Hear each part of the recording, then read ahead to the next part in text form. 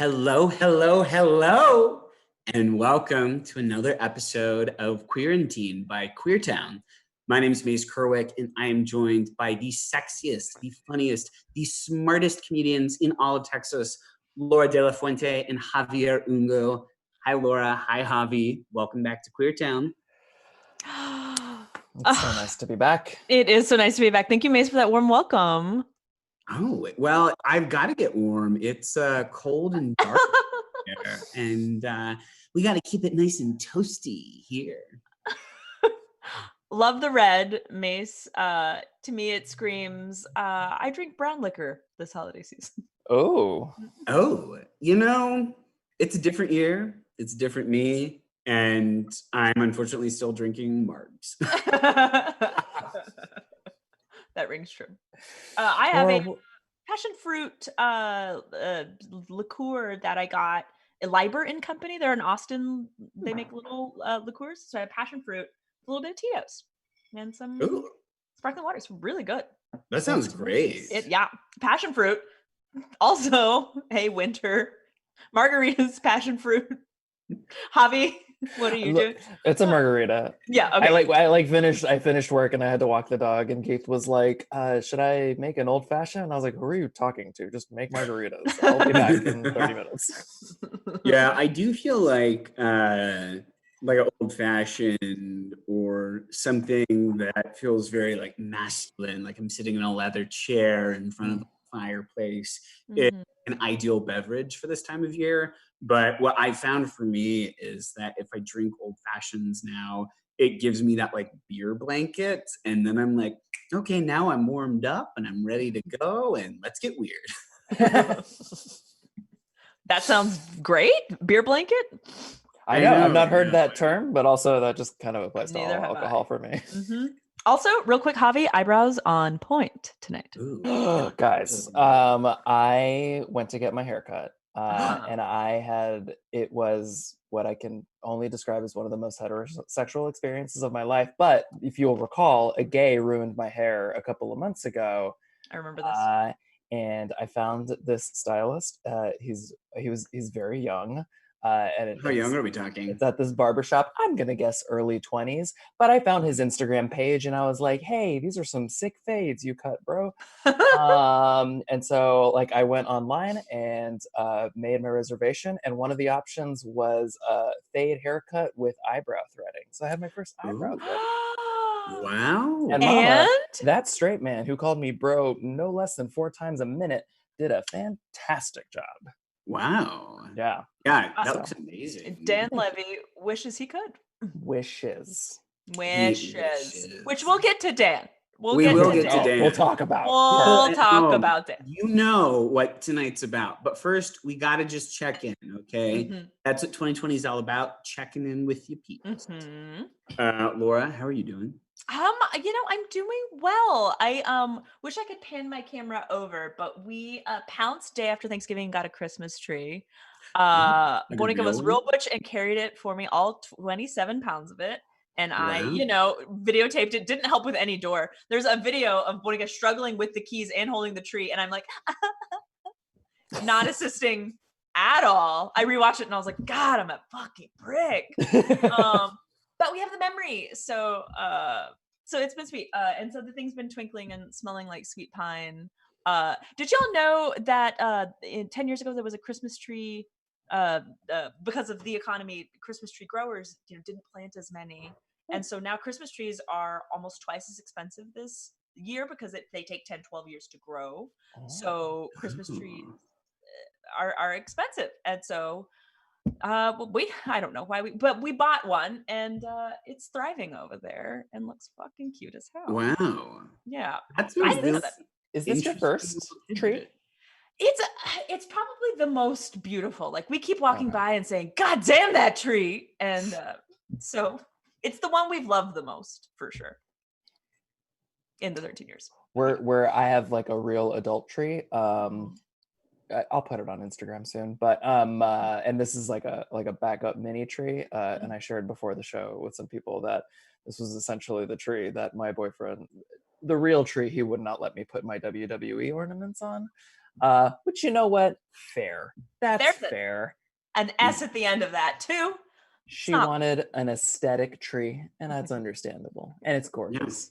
But my little Stone Cold Steve Austin gingerbread man's hanging on this one. I don't. Oh, I That's him. want to zoom in on the. I'll find it. I'll find him. Okay. Where is he? Anyways. There he is. There. Oh, here it comes. For the people at home. Yeah, people at home are dying for this. People at home. Yeah. Also, sound off in chat. I see Negroni in chat.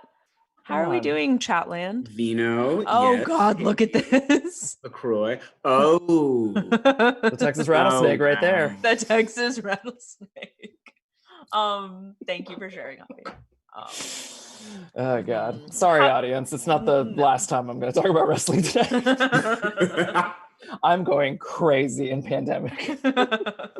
Yeah, I feel very kooky right now. I think that with like the sun setting so early in the day, I have this like manic period where I end my workday around 5, and every day I'm like racing out for this like solo walk as the sun's setting because I want like some semblance of sunshine. Yes. Yeah, and it's made me feel like I'm just like this insane person like running down the street like, no, sun, don't go away. You are the one walking down the street and saying that. Sun, not yet. Sun, no. Man cut screaming for his. Yeah. I do have something to share with our audience and y'all, most importantly. So, you know how I moved recently? Well, I ordered a couch, and I was unpacking the couch with my friend. From where? I ordered from Floyd, the like cool, fun Instagram place. Yes. They have this like gorgeous yellow couch, which is right here. Also not going to pan to it, but it looks really, really great here. And we're like assembling it and get to a point where I like open up the cushion box and I realize that there was only 3 cushions, and there's like 8 cushions in total with this sofa. So I am like missing 5/8 of my cushions. And the whole reason I mentioned this is because I contacted the company and I was like, hey, I'm missing a box. And they're like, oh, well, you need to wait until this date before you can like get your cushions, because we don't want to like send it out and there'd be like a duplicate box or something. And so I got this idea where I responded and I said, hey, I just want to cuddle with my really cute boyfriend on this really cute sofa. Like, what can we do? And I immediately had this woman, Rachel, respond with pronouns in her email signature. And she was like, I want you to cuddle with your super cute boyfriend on our super cute sofa. So I've gone ahead and I'm shipping your missing cushions to you within the next 48 hours.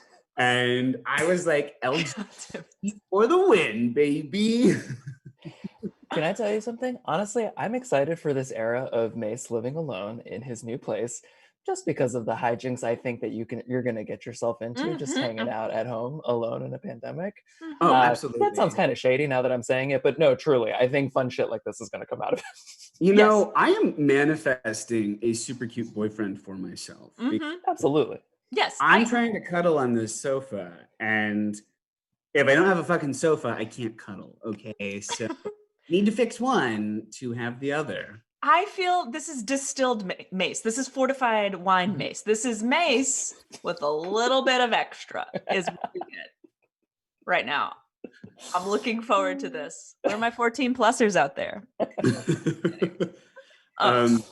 Well, folks at home, y'all know what tonight is all about. There's a movie that came out recently, and we're going to get to it, but we're going to tease you once more, because before we get to that movie, we're going to bring on our very special guest, funniest comedians located in Denver, Colorado, and she also is my best friend. So please make some noise in the chat for Lillian Robinson. Hi, Lily. Welcome. Whoa, hair. Plants in the background. So good. This is my gayest set possible I could have ever created. My most lesbian outfit for the occasion. Oh, Thank you guys for having me.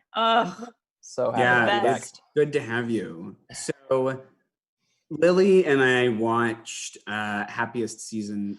I said it. I said the name of the movie. Oh, whoa. You used the full name even. I did it. Whoa. He who must not be named. Okay, we're going to go into PowerPoint mode because that's what we got to do. Okay? Launch. We've made Initiate PowerPoint. All right, y'all. So We are. I watched Happiest season together last week and went in thinking that it was going to be a decent movie. Yes. And much to our surprise, it was not. It's awful. Just gonna come out with my hot take. It's right. Now. It was awful. Hot take, not progressive. Hot take, not very good. No. Hot take, betrayal. Hot take, letdown. Hot take, Betrayal. angry. I've gone through all stages of grief with this, which Javi therapist can attribute to. Yep. Shock, anger. I was joking earlier. I was like, what if because we were on before, just the four of us, and I was like, what if I was like, guys, I love this film. Oh my God. Like, what would happen? You know, the dynamic would really probably shift if I was like, this is. Yeah. And I'm too nice. And I'd be like, well, Mary Holland, who we'll get to. I would, but. Guys, I love this. Sorry. I would just like to contextualize. I'm trying to pull the comments up on my phone because I can't see it on my screen. That's what that noise was. Oh. Okay, so the point of all of this. Cantlin's ready. We're moving right ahead. The point of all of this is if you liked Happiest season, that is valid. You are entitled to that. None of us share that opinion, though. So what follows is going to be an epic dragging of a really shitty movie. Now time to leave the theater if you loved this, or prepare to, I don't know, defend your shitty take in the comments. In the chat. Defend your take. That is wrong in the comments. Be honest with us. It's okay. Yeah. No, I think the word betrayal is what you're feeling. I think you're feeling a sense of real anger, a real frustration, because we were set up to believe that we were going to be delivered a rom-com for the lesbians, for the queer women that we were going to enjoy. I was ready. Going to check off a lot of boxes that rom-coms do. When we saw a little inkling of a way it was going to go, of a couple that was going to couple off, we thought, here it is. Here's the turn. And did it happen? No. We were delivered coal at the bottom of our stockings. For that reason, we'll start our presentation. Mace, let's go on to next slide. Let's go. So before we can get into dragging this, there's just a huge, exciting update within the queer community, and particularly for those of you who love pop culture like we do, which is Elliot Page. Just came out and started talking honestly on his Instagram page about his trans and non-binary identity. And we are fucking here for it. It is amazing. He's 33. He is so he is Academy Award nominated. He's the star of a huge Netflix superhero property. This is big. Big. I remember in 2014 when he came out for the first time, I was in the car with Jamie Henry White, Mace. Specific reference, anyone who knows us from college friends. Yikes. We love Jamie Henry. Also, Javi's no longer with us. Javi passed. We need to give a moment for Javi. I was trying to be like, oh, he'll come back in a sec, but we'll say technical difficulties for Javi. Let's just give a shout out right now to our fabulous tech, Olivia Logan Wise. I'm sure she's on the case. Thank you, Olivia. Javi is here in the comments. We get 1 to 0 Javi for the rest of the time. He can't speak on. He's caught in the middle of the internet. You know what? So is Happiest. Oh yes. I'm back. Welcome back, puppy. Welcome back, baby. It's good to have you again. We held out as long as we could before anxiety took over, and we addressed it. You know what? I remained very calm, and I handled that very well. Me too. We almost did. We almost did. Well, we do need to keep it moving because we fucking drag this movie. But before we do, I just wanted to state Elliot's partner, Emma Portner, who I'm not familiar with, but seems like a really amazing, artist. Dancer, yeah. Reshared Elliot's post and said this, and I just want to read it verbatim because it's so sweet and endearing. I'm so proud of Elliot Page. Trans, queer, and non-binary people are gifts to this world. I also ask for patience and privacy, but that you join me in the fervent support of trans life every single day. Elliot's existence is a gift in and of itself. Shine on, sweet E. Love you so much. Oh my God. It's very sweet. We love Emma. Wow. We love Elliot. So amazing. All the best for you. All the best. Double couple name. Love that. Okay. I said I was going to talk about wrestling. Okay. Yeah, no, this is, so this week, we lost, this man. His name is Patterson. He is a super influential figure in the world of pro wrestling and was the first kind of openly gay wrestler. And he has this like kind of incredible career. He, is, and I learned this week. He is, if you look at this bottom left-hand picture, that's him with the Intercontinental Championship, which is my favorite title, which is taken on like this great legacy. But my favorite thing that I learned this week is that in the most pro wrestling thing in the world, he's the first holder of the Intercontinental Championship because he won a tournament in Rio de Janeiro that never happened. They just created this title and gave it to him. Other sort of like notable things, that top left picture, that's a match with him and Sergeant Slaughter. It's like the first hardcore match, which was like a big deal, and that was all his idea. He created the Royal Rumble, which is like my favorite match of the year. And also in like, I want to say it was like 96, 97, called Vince McMahon and said, hey, you gotta hire this kid. His name's Dwayne Johnson. I'm telling you, he's gonna be a star. And then he got signed, and that's how that happened. And that top right-hand picture is him with his partner, who he lost in 1998. Anyways, he's a really, really cool figure. I've seen him in like a bunch of stuff like lately, and like honestly, like his passing was it's really, really sad. But like the amount of like wrestlers who were like made these like tearful posts or tearful videos just about how much he affected him was just super, super touching. So I just wanted to just shout him out because he was a really, really cool figure in the world. And yeah, just a rest in peace to Pat Patterson. So that's Pat Patterson. I got a little emotional about it. Thank you, Javi, for sharing that. I didn't know of this person, so this is really cool. Look at all these sweet photos. This is really fucking cool. That jacket in the middle, that's a dream jacket. God, the fringe. Yeah, dream fringe. Wow. yeah. Well, love you, y'all, should we do this? I'm ready to do Okay, this. Let's go. do this.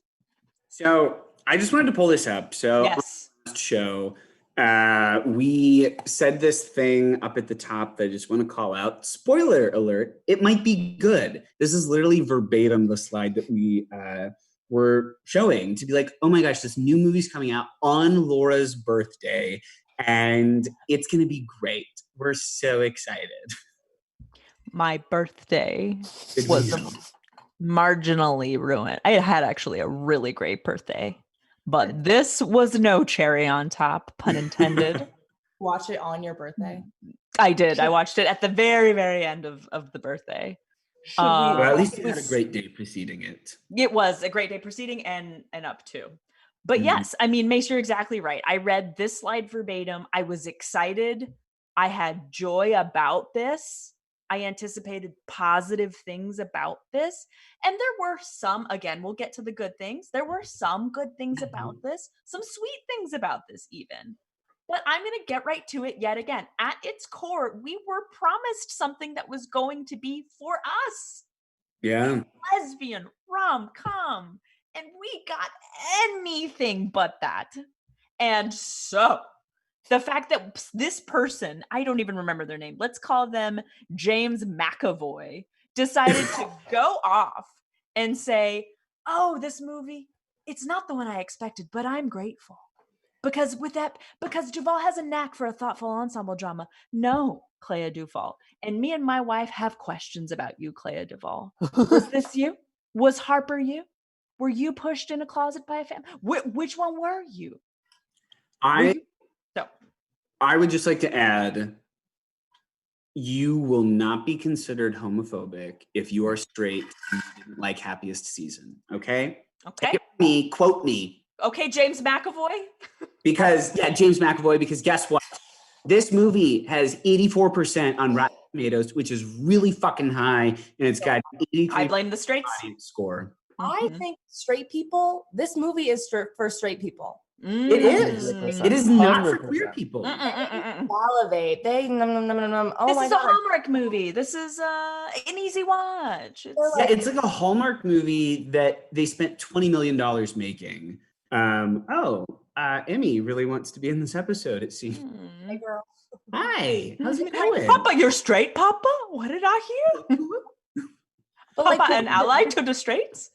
The narrative around this is that it's like the first mainstream queer rom-com, which is like inherently the issue, right? Like you made a movie for straight people. How it was sold. Yeah. And it's literally we have a jolly good time. Like they're writing this description for like 75-year-olds who voted for Biden, who think they're progressive.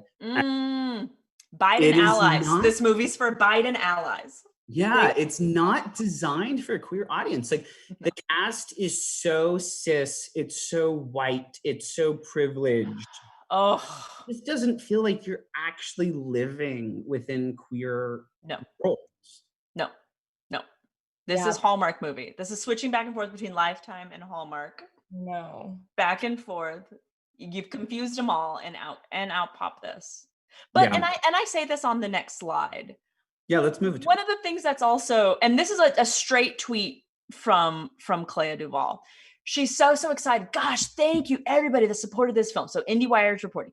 Clea Duvall's Happiest season had the highest viewership for any original film on Hulu during its opening weekend and attracted more new subscribers to Hulu than previous titles. What does this say? That the queers really are desperate for shit. We are desperate for shit. Queers were signing up for new Hulu accounts just to watch this. Mm-hmm. And so, and that's where I do get actually upset about it. I'm like, then who was in the writer's room? Who was guiding this narrative that was going to lead us to something even modernly queer? It didn't even have to be progressively queer, just modernly queer, and still falling short of that.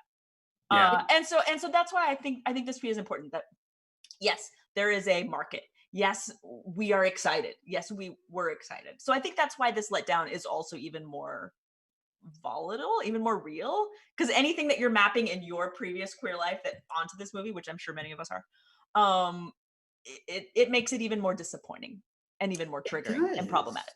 Yeah. And especially because Clea Duvall was in one of my favorite movies of all time, which is But I'm a Cheerleader. Iconic. So much within that movie. Yes. Just religion. I go back to it every year. Mm-hmm. And I have for like the last 10 years.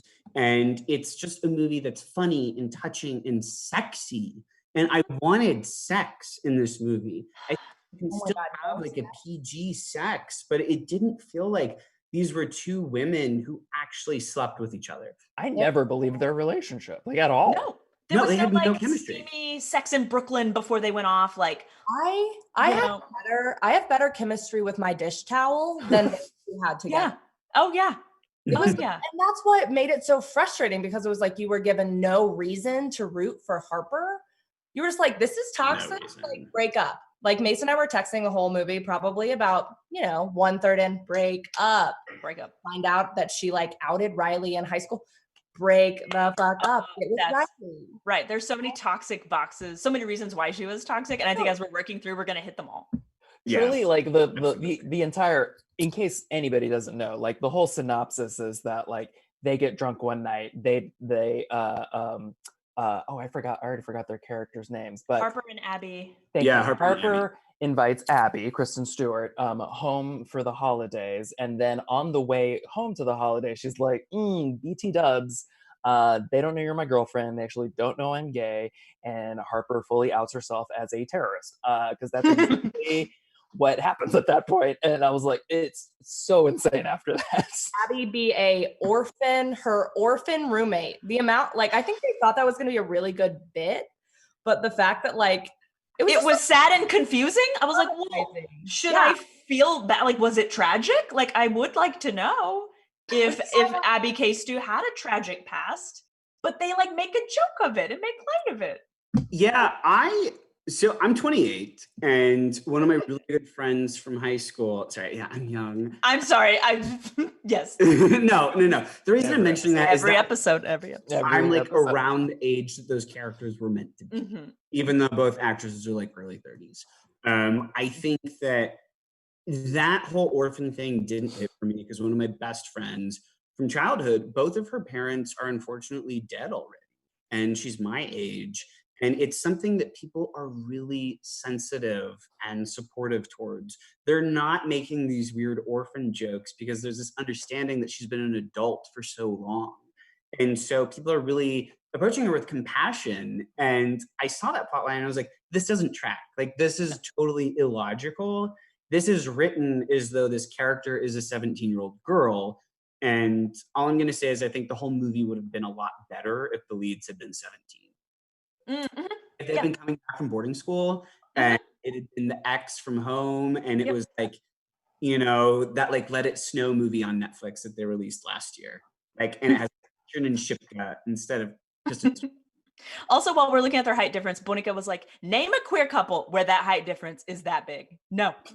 Who's a foot taller than their girlfriend? Name a one. No one, but I would love that. Just gonna put that out there. Right, okay. Ooh, yes. Put out for So Lily, there have been some requests in the comments for better queer rom-coms, and you actually have a few compiled for us. So I think let's jump to those. Yes. Wow. Did you pull this stock image like right before? That's incredible. That was fast. So yeah, I have 3 pitches for you all. These are 3 movies that I think would be much better than The Happiest Season. Okay, so first one, hardworking vegan food critic. She goes to a restaurant she's reviewing. She meets a hot butt chef who accidentally serves her chicken. Oh my God. This ignites a public feud. There's lots of tension, lots of drama. And then it's like, go on a date with me. This fall from Hallmark, presenting Eating Out. Wait. Eating Out absolutely should have been a lesbian. Yeah, the fact that there were 5 the fact that the gays got that, yeah. It's not a verb for the gay males. Yeah, so it's again, we're talking lesbian film here.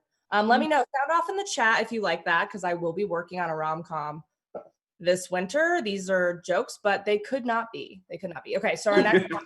Picture this. There's 3 lesbians. One of them works at Home Depot. One of them works at Ace Hardware. One of them works and they start a rivalry. But after a series of hijinks, they become a throuple hell-bent on anti-capitalism. Yes. This spring from Freeform, we present Get Screwed. Get Screwed. Get Screwed. I love that one. The competitive hardware store aspect is both a bit and product placement, because they can make a lot of money. They can all make a lot of money. I'm in on that one. And the fact that throuple feels so real to me. Yeah, which one does? The fact that they're a throuple. Mm-hmm. I know. Throuple representation, guys. Let's do it. Yeah. Okay. Meet on that bone. I like it. My last pitch for you all. 2 corporate power dykes duking it out for the promotion. Will they seek money and respect, or will love catch them off guard? They've thrown coworkers under the bus before, but this holiday season, they'll find out all they want to do is get under each other.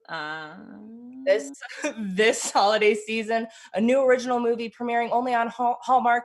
No, I'm the bossy bottom. Thank you. So those are my 3 pitches. Max wrote that one.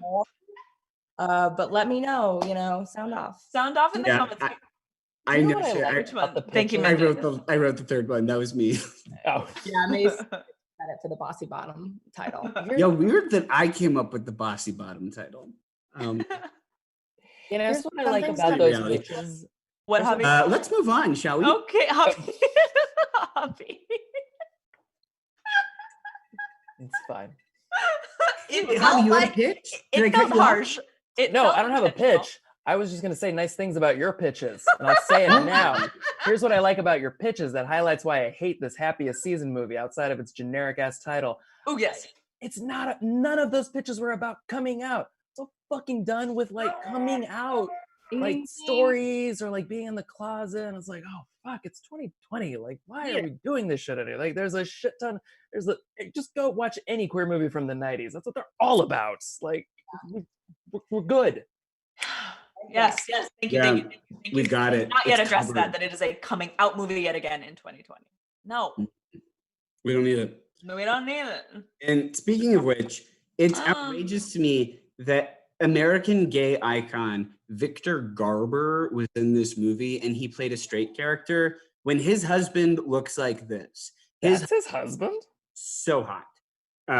It's like Barbara. Wouldn't he have played like the wise old fag who just like was always at like the organic grocery store and had like really excellent advice? Why did he have to be the like pseudo Republican father? Okay, they never outright labeled him as a conservative, but it's clear that he was, because if he had been running for mayor or whatever the fuck this town was on any other political platform, it wouldn't have mattered that his like 33-year-old daughter was gay. Just saying. No. And especially like the whole mayoral platform line, like, I don't care. Yeah, I don't care. Yeah. Why are they rich? When they never actually established Harper as being good at the thing they said she was good at. They're like, oh, Harper needs to be on these meetings because like she's really good. But it was like, no, like we never saw Harper be good. We just saw like Mackenzie Davis look really hot in a dress in a bad wig. In a bad wig. Jill Bedowitz with the reeds. Yeah. And that's why I think like this whole movie was for straight people, because they got to see the dad have a redemption story at the end. Like overnight, he's like, I'm gonna go sleep on it if I'm okay with my daughter being gay. It's 2020. Why are we highlighting that? Number one, like, can we show like a movie where the family is so excited that their daughter or, you know, whomever is queer? You know, I was like, this is just like trying to put a tight little bow on a very traumatic situation and make it happy. Yeah. And I think all queers were just like, fuck, I'm triggered. I'm triggered. Like, straight people I know really liked it. I'm like, let's think about why. I know a few queer women who liked it.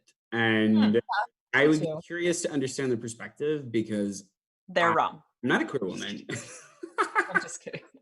I think there's a lot of queer women who come out later in life for sure, or are bisexual or queer in some way and might not be out. And I think like that's something that needs to be seen and represented, but like just the toxicity of this dynamic was not the way that should have come across. You know what I mean? Like those stories deserve to be told, but like not in this way. Mm-hmm. Well, I think they could have actually leaned into that instead of just having this more surface level thing.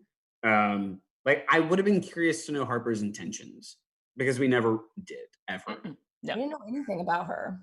Yeah. There's no reason to problem. Right. Like here, like you've all brought up very salient points. Here was my major film. Go. Oh no.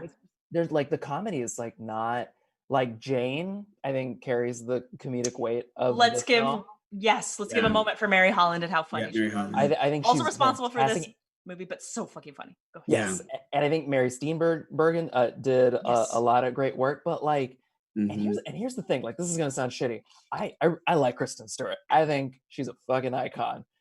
This is not her role. Like, I do not need Kristen Stewart mumbling her way through this comedic dialogue. Like it just doesn't work. And that was mostly my beef, where I was like, and I said this last night to Keith, where I was like, I'm 45 minutes into this movie and I just had my first like kind of like big laugh. Yeah, what was also with that cop scene? They're popping off in the chat about it. What was that about? Yeah, the cop scene was so bad. It was a different movie. Yeah, it was. When Lily and I were watching it, that was my like first like chest-fallen moment. Crestfallen? I said chest-fallen. Chest-fallen. Chest-fallen. It's the slide. It's the slide, yeah. It's the slide, yeah. I'm like, ooh, chest. No, I was like, this is bad. This is illogical. And it doesn't make any sense why the children are not punished for this activity once it's actually discovered that they did it. Like, truly, those kids get off without any kind of repercussion. And maybe it's because I grew up in a household with a really particular mother, but I'm like, I'm sorry, they got to open their gifts after they framed someone for theft. It was No, like mean. sometimes I It didn't get to wasn't open gifts because fun. I cried because I was so excited. Like, No. The kids were actually bad. There were so many things like, oh, this is going to be so funny. Orphans, this is going to be so funny. Framing them for theft. I'm like, no. It's So not bizarre. funny at all. I It know. was Anyway, so Lauren weird. Lapkus, we love. Mary Holland, we love. Yeah. It seemed like another reason to bring your friends in, and I get it. I get it. Yes, We're Very yes. good, very, very good longtime friends. But it's We already an do- ensemble Christmas movie. Yeah, it was an ensemble Christmas movie. Yeah, and like White as hell. And it's a Not cool, it's a well good cast. utilized. It is a great cast. Yeah. It's a Everybody's great so cast. funny. We Yeah. do need to move on, though, unfortunately. Okay. We can Very zip important through. subject matter. I forgot we were doing this. Me too. I'm like, we have so much more to get through. We have so much more. And yet, we just very briefly have to talk about Lady This Gaga. was my idea of switching back and forth. But these Oreos are fun. Let's hit them. We'll hit it real quick. Lady Gaga has a collaboration with Oreo for Chromatica that's coming out in January. This is what the Oreo looks like. It has all of the weird Chromatica stuff. Y'all know I love Gaga. She was my #1 artist on Spotify Rap this year. I'm so into it. But these cookies, they're the vanilla Oreos. Who the fuck likes the vanilla Oreos? Like, that is not why anyone buys. Oh, Laura. Oh, I do kind of love them. I do really. oh like my Oreos. gosh, what? I do not. They don't I hold don't- the candle I to an don't. actual Oreo, but I'll enjoy it. But I vanilla enjoy Oreo. them. Right. They're not going to Okay. get stale. That's Yeah. a better opinion than I thought you were going for. So yeah, that's fine. Yeah. Okay. Yeah, that's totally fair. What I did just want to share, though, is that these are what all the cookies look like when you buy the whole package. But Eater, I think, had the best article. It was a Lady Gaga Chromatica Oreo is hitting grocery shelves in January. And then the person put in the article that they really wanted to write about, which was, plus, the Court of Master Sommeliers elects a new board after its sexual harassment. And more news to start your day. Oh, fuck. No, that's Their sad. editor was Okay. clearly like, okay, the Gaga Oreo thing's what we got to live with. Other thing that you've been reporting on for weeks and actually care about, like, second. Also, just to highlight my faggotry outside of the sweatshirt, Lady Gaga also my #1 artist on my Spotify Unwrapped. You know, Chromatica, she fed us for a while. I mean, she did. Ariana Grande was my #1. Oh, nice. I never knew you were an Ariana Grande stan. We went okay, so we share an account, me and my wife. Hashtag codependent lesbians. And we and so together we both indulge and enjoy it. Plus we went on a road trip and listened almost exclusively to Thank You Next. Just so that was probably Ooh, yeah. Good album. That's a very good album. I would just like to share that Gaga said in a statement, "This collab is inspired by the world of Chromatica, where kindness rules all things," said Lady Gaga in a statement. "I love these pink cookies with green cream and hope they brighten your day as much as they do mine."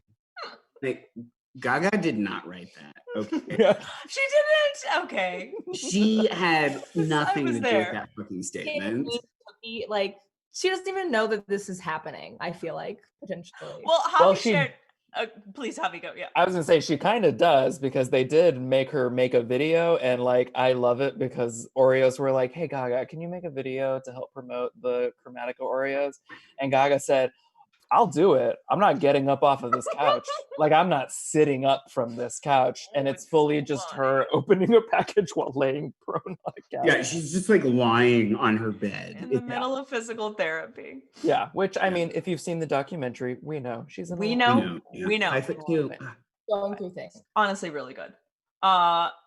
Okay, should we get back? Are we ready to get back to the fucking movie though? Yes. Okay, y'all, we need to be quick with this because Okay. we need to get to my new ending. Okay. Okay. Oh, Honestly, So let's should just we just like burn let's through go this through real this quick? quickly. So when they met, when Riley and Abby went, when Aubrey Plaza and Kay Stu met, a 10th planet was created. A World War III of lesbian love in our hearts was created. This beautiful thing happened. I called World War III beautiful. I don't know. Go with it. we saw where this movie would likely go, which is there's this person, Riley, who was outed cruelly by Harper that was never addressed. Harper had no remorse at all for doing a terrible thing to somebody, like a truly terrible thing to somebody, or outing them in high school. Then Kate, again, a horrible thing, with no repercussions.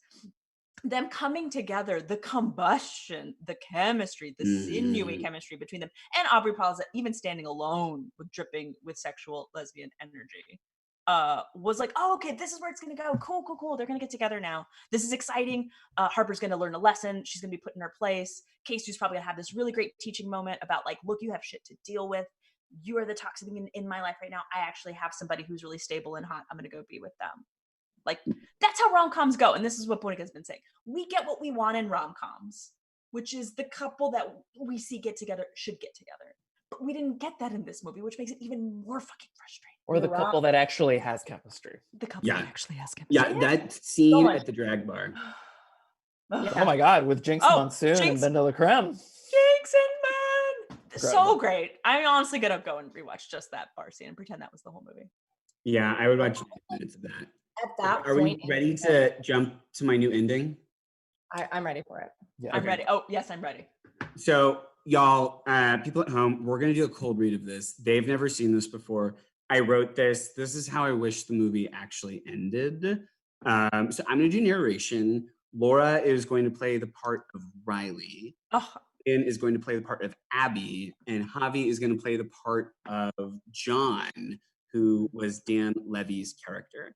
But just okay in this movie. Let's say it. Yeah, he was just okay. He was good, but just okay. Okay, do we have it all pulled up? Yes. Okay. Yes. Happiest season alternate ending, written by me, Mace Kerwick. Abby and John exit Harper's family's house. They don't have a last name, so all we get is Harper's family. I guess we'll deal with it. They're dragging Abby's luggage behind them. They head down the front path towards John's SUV, which is parked next to a 1995 Subaru hatchback. Honestly, fuck Harper, fuck her terrible family, and fuck this whole trip. My anxieties around celebrating Christmas with her family were valid, and this whole experience was not only incredibly traumatizing, I'm embarrassed I ever loved someone so selfish. Abby, that's exactly what I've been saying for days now. And honestly, can we take a minute to talk about how weird it is that you didn't tell me your best friend that you were planning to propose to Harper? Yeah, that is a little weird now that you call it out, but she's so tall. I guess I got lost in her height. I mean, it happens to the best of us. Remember my summer with Fabio? They hear a commotion on the other side of the Subaru hatchback. Riley emerges with flushed cheeks and a credit card in her hand. Oh, hey. Hey. Hi. Hi. Hello, hi, howdy. Okay, let's move on. Riley, why are you still here? And why are you holding a credit card? Oh, there's a layer of frost on the windshield, and it seems my dad doesn't keep a scrapper in the back of his car. So I'm going the DIY route. I can help you scrape. She drops her bag as she pulls a credit card out of her pocket. Yeah. I have really nimble fingers. Abby steps closer to Riley. I normally do too, but this cold weather has me feeling all numb. Riley steps closer to Abby. Here, let me warm them up. Abby takes Riley's cold fingers in her hands. They stare at each other for a moment. There, is that better? Yes, much. Here, let's try this. Abby playfully sticks one of Riley's fingers in her mouth. Oh, yeah. Okay, I'm just gonna work on these bags. You girls, you just do your thing. I'll be over here. John turns his back to them and struts away. Wow, that's really helping. Good.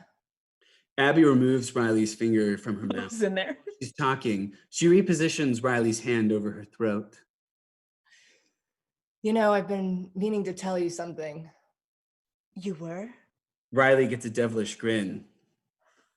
Yeah, the other night at the drag bar. That was really special. Riley's grip intensifies on Abby's throat. They both nod at each other, consenting to what's to follow. It was, but then you left to go to that bar, Fratty's. I know. It was so silly. It's okay. Take your time. She releases her grip. It's this whole thing with Harper really clouded my judgment. Abby pushes her waist up against Riley's. They fall back onto the hood of Riley's dad's car. They roll briefly until they are both lying next to each other.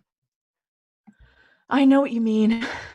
When we were in high school, which to be clear was 14 years ago, at the earliest, Harper really got me tangled in her web. She tends to do that. I'm just glad you woke me up, though. Abby adjusts her hair. She gazes into Riley's eyes. Riley gazes back. It feels sincere. Say, can I share something with you now? Of course. Anything. A shooting star can be seen ahead. My gift for the gift game. It was this. She pulls up an item that is clearly a giant strap-on wrapped in Dolly Parton wrapping paper. Say, how about we see what's under that paper in your car? You know it's my dad's car, right? Oh my God. Is Daddy expecting you home right now? Yes. Well, too bad. A night like this is too beautiful to let a woman as beautiful as you go home without coming beautiful. She squeezes Riley's toned ass as she runs her tongue. Riley leans her head back as she emits a low moan. Can we say this together? Can we listen to the Iris cover by Maggie and Phoebe? Lovers giggle. How long is this, Mace? Race into the car. Meanwhile, on the other side of John's car, he's just finished loading all of the bags. Help me, John, please. I need rescuing. This won't be like spring break 2014 when I slept with that indoor rowing instructor in our shared hotel room for 7 days straight. Footsteps can be heard from behind him. John turns around to see Connor, Harper's hot ex-boyfriend from high school. I'll also be John. Hey, man, what's up? Oh, no, that's you. Sorry. Hey, man, what's up? Hey, John, right? Yeah, you're Connor, right? Yeah, say, were you hitting on me earlier? John drops the charade and becomes his fabulous self again. Yes, I was. I think I was into it. Oh, my zaddy. John puts his fist in his mouth and bites on it. Say, I have bun warmers in this car. I've always wanted my bun warmed. I know, we all saw that Watchmen episode. Sorry, what? Don't worry about it. In fact, don't worry about anything. He pulls Connor towards him. They begin to kiss and giddily jump into the SUV. We cut to an aerial shot of the two cars, gently rocking back and forth. The camera continues pulling back to reveal the giant house filled with the hateful conservatives. In bright red Christmassy letters, the title of our movie, Happiest Season, flashes across the screen. We think we're about to cut to black, when suddenly a tiny meteor falls from the sky, crashing into the house. The entire structure blows up. Dolly Parton's face emerges on screen. She winks and says, "That's all, folks." The end. Oh, Mace. Sound off in the comments. Mace, what is your archive of our own handle? Where can people read more fan fiction? Great question. We have unfortunately run over our allotted time. Thank you so much for letting us debrief this really shitty movie with all of you. Thank you, everybody who joined in. We didn't get any sex in the movie, and I think this was so steamy, so thank you, Mace. Really made up for it. Thank you so much, Lillian, for joining us. And everyone, please stick around Lillian. for Protexter's Playhouse with Adam Protexter, which is up right now. Thank you, Chatland. Bye, y'all. Have a great night, y'all.